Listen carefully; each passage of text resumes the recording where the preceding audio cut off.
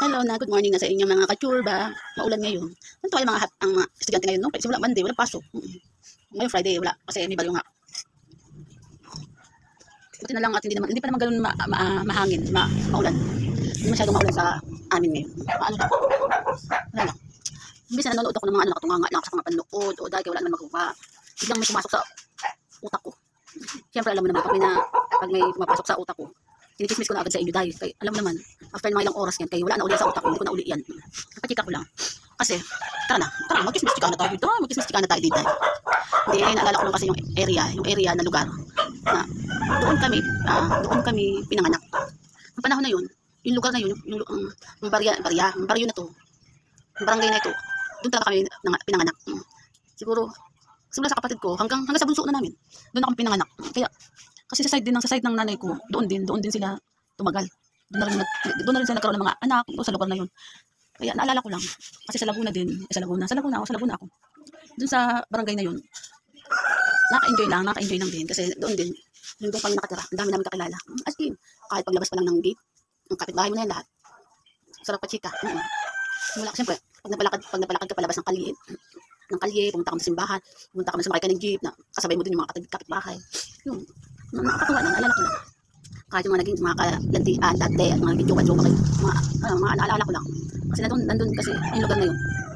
Siyempre, doon ako lumaki. Kaya pag napunta kami ng barangay dati, punta ng SS, pag pumunta ka ng barangay din, kuha ka ng barangay clearance, ng tax, ano ba yung tax ba yun? Na card. Best in, napakabilis kumuha din. Kasi, ang mga nakabantay dun sa barangay, kay mga kapitbahay din. Yan, nakakatuwa lang kayo kasi, kilala yung mga naandun din sa barangay na yun, kay mga kilala din yung mga kapitbahay din. Wala lang, bigla ko lang naalala. Yung tipong hindi ka makakachismis mag-isa, kagaya nito. Hindi, doon, kunting habang nagkakapiyan sa labas, chichismisan. Yun, nakaka-enjoy lang. Gusto ko naman talaga bumalik dun sa lugar na yun. Yung mga dating kabataan, na ngayon medyo mga edad na, mga kilala ko din. Tapos, may mga kahit matatanda na ngayon, mga buhay pa yung iba, mga kilala kami. Nakakatuwa lang, na-enjoy ko lang. Umalis lang kami, sa totoo lang, umalis kami sa lugar na yun. Doon sa barangay na ito, na kung saan kami pinagmula. Doon kami nagmula. Simula nung kami naging pinanganak. Umalis talaga kami dyan, magkakapatid, sa lugar na yan. Noong time na namatay yung parents ko, sa lugar na to, namatay na, umalis kami. Siyempre, may mga dumating sa time na, yung nawala yung parents ko, parang wala na akong kapitbahay. May kapitbahay, oo. May mga ibang tao, nakakatuwa, nakabantay, nagpapaantaw doon, yung inaasikaso kami. Kaso dumating din kami sa point na, yung mismong kadugo, wala ka mapala. Minsan talaga, may mga time talaga na, siyempre para sa amin, yung parents namin, sila ang pinaka-leader, kasi parents namin yun eh. So halos lahat ng palibot, halos mismo ang mga pamilya niya, andito rin sa palibot. Yung tipong pag may humingi ng tulong, humingi ng problema, pupunta sa bahay, kasi nandiyan yung parents ko. Parang para sa kanila lahat ng problema, parents ko ang nakakausap. Alala ko yun eh. Naalala ko lang bigla sa utak ko dahil napachika tuloy ako. So yung dumating yung time na nawala na yung parents ko, dumating din yung point na back to zero kami. Lahat kami magkakapatid as in back to zero. Oo, andyan yung mga kamag-anak.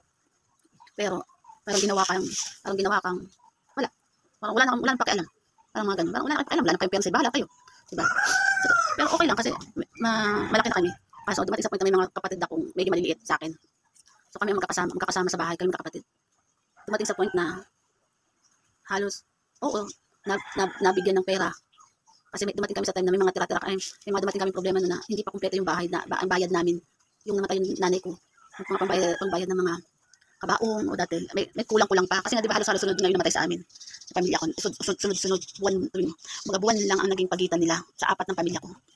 So dumating sa point na mama ko, parang nagkaroon kami ng problema ng magkakapatid. So kailangan makabayad. Pero hindi naman kami humingi ng tulong. Sa side. Kasi simula sa pool naman, kami ang gumagawa ng mga pangailangan. Pero ang pasalamat lang doon, pag napunta ng ospital, pero andyan yung mga kapitbahay. Tinutulungan kami pasasakay ng mga kotse o mga tricycle, tutulungan kami pumunta ng ospital. Puro kapitbahay, day. Wala. Parang mapakalis pag mga kadugo. Na-experience ko talaga yan, day. Kaya dumating na sa point na, dumating sa time na nagkaroon ako, sumagot ako mismo sa isang may mga edad sa akin. Pero, dumating sa point na ginawa kong sumagot sa kanila para itama kami. Na tama, na never kami humingi ng tulong sa inyo bilang kadugo. Kaya huwag nyo kami bungangaan. O dumating ang time talaga na ganun, halos inapi, parang halos na kami inaapi. Dahil wala kaming parents nun. Pero never naman kami humingi ng tulong sa inyo. Ako mismo nagsabi, never ako humingi ng tulong. Lahat ginagawa namin ng paraan, magkakapatid. Oo, natulong kayo. Pero, binibigay nyo na tulong. Pero, dadaan yun. Yung mga binibigay na tulong, dadaan pa yun sa iba. Bago pa yun dumating sa amin. Ang ano nun, kalahati ang naging tulong. Naging kalahati. Kaya, marami na dumaan. So, kaya parang dumating sa point na, tawag doon. Alam mo yung kagaya ng balita ngayon, yung pag may pera, pag dumaan na hati-hati na lang, hanggang sa makarating sa pinakamismong pinagbigyan, hindi na buo kasi wala na, hati-hatian na eh.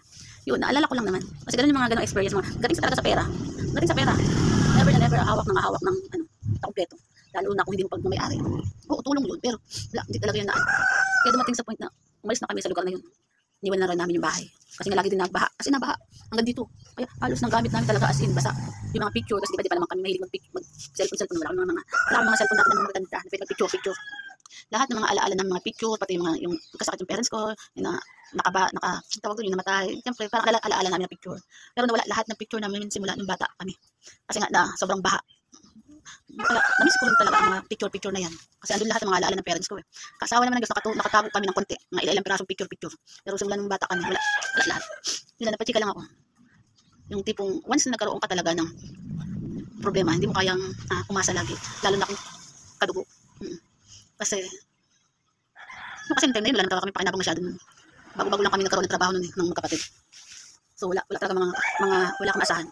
Kaya dumating sa, ang maganda lang doon, kasi kami magkapatid. Pasalamat talaga kami sa mga experience na ginawa namin. Alam mo, buwan lang ang pagitan ng nanay, tatay, dalawang kapatid ng namatay. Kumbaga, na namin ang pagiging trabaho. Na-accept namin lahat ng problema. Hindi rin namin akalain na dumating kami sa mga ganung problema. Kahit wala kami mga kadugo, wala kami kamag-anak, na-accept namin lahat ng problema. Siguro dahil kahit ganyan nangyari na nagka-problema kami na namatay yung parents ko at dalawang kapatid. Tapos kami lahat. Baka nagkaroon lang din ng problema na may tumulong na kamag-anak. Ang ending, hindi naman automatic dumaan sa amin.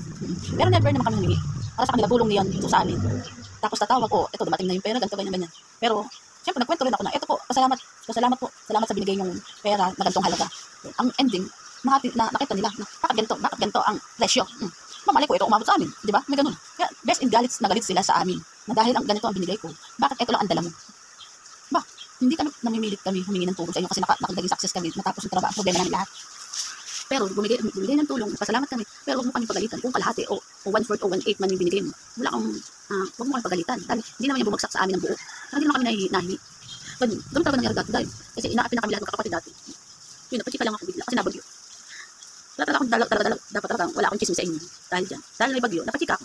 Kung sa awa naman ng Diyos, na lumipat kami sa ganitong lugar, at least, lumipat kami dito sa lugar na to, na wala kami mga kamag-anak, okay lang. Kasi kahit na wala yung mga kamag-anak dito sa tabi-tabi, at least may mga malalaking, magandang tao na kasama mong kapitbahay, na maanong tumulong.